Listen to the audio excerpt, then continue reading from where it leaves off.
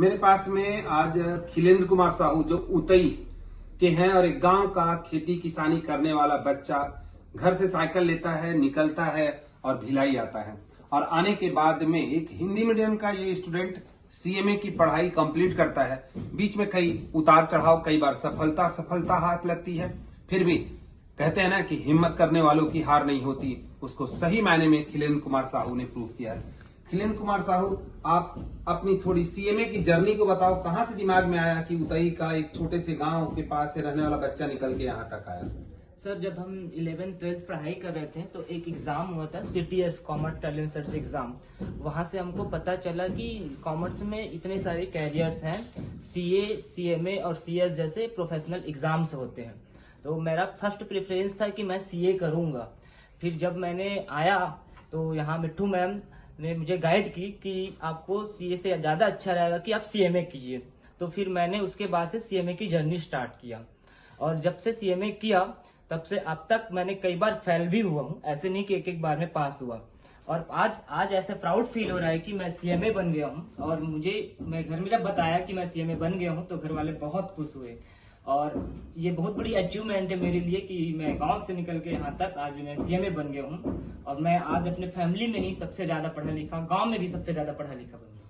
तो CMA खिलेंद्र, अब तो मैं खिलेंद्र कुमार साहू की जगह CMA खिलेंद्र कुमार साहू कहे जाओगे आप।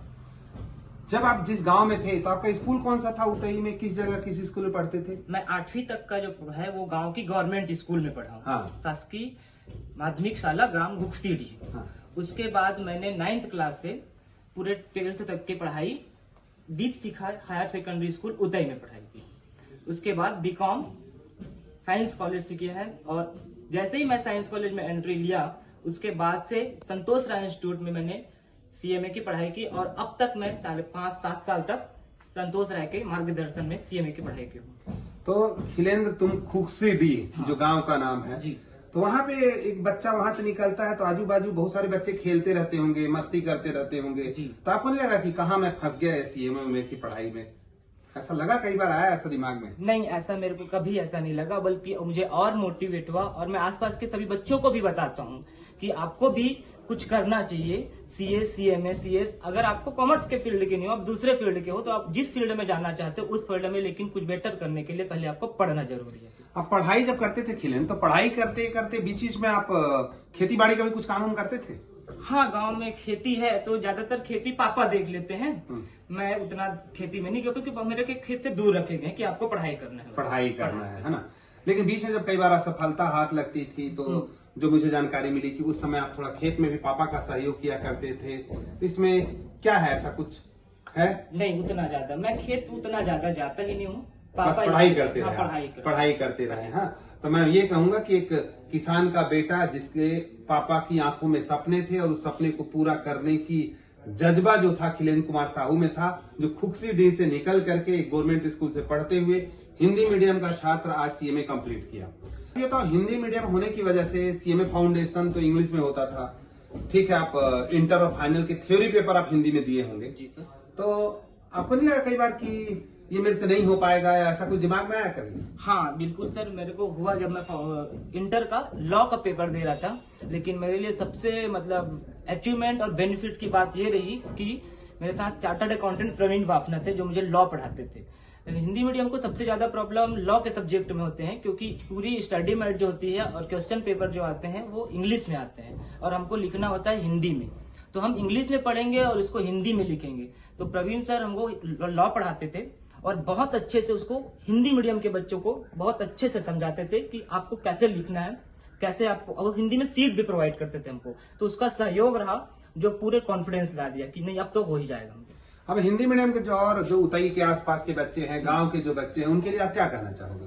उनके लिए मेरा यही है कि वो अपना कॉन्फिडेंस बना के रखे। अगर उसको पढ़ना है तो बिल्कुल हिंदी इंग्लिश कोई बाधा नहीं है। हिंदी मीडियम के लिए बाधा नहीं है कि मैं इंग्लिश मीडियम नहीं हूं तो मैं नहीं कर पाऊंगा, कर लेंगे। बस ये है कि उसको मार्गदर्शक सही चुनना है। अगर सही आदमी उसको सही ढंग से समझा दिया तो वो जरूर कर लेगा। अभी आप आगे, अब तो आपका GDPI, group discussion, personal interview, इन सब चीजों की तैयारी होनी है।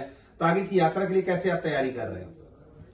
मैं GDPI के लिए राय सर के पास क्लास ले रहा हूँ और मुझे आशा है कि मैं बहुत जल्दी सीख जाऊंगा। बेहतर कर लोगे। जी सर। तो कई बार बीच में एक आध बार असफल होता है, ऐसा लगा कि छोड़ दूं करके सीए में?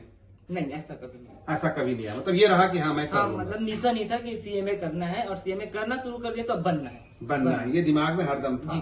बीच में सुना उतई में किसी स्कूल में या किसी कोचिंग वोचिंग में तुम पढ़ाने का काम भी करते थे? जी सर, मैं कम से कम 5-6 महीने तक कोविड से जस्ट पहले मैं बच्चों को पढ़ा रहा था। मतलब मेरा मोटिव यही था कि अवेयरनेस कराना है कि जो बच्चे गांव में पढ़ रहे हैं उसको हायर एजुकेशन तक उनको जानकारी हो जाए कि और आगे हमारे कैरियर में क्या हो सकते हैं। अब तो सीएमए कंप्लीट हो गए हो, तो अब गांव और स्कूल अपने दीप शिखा स्कूल के प्रिंसिपल और बाकी लोगों से जाके मिले?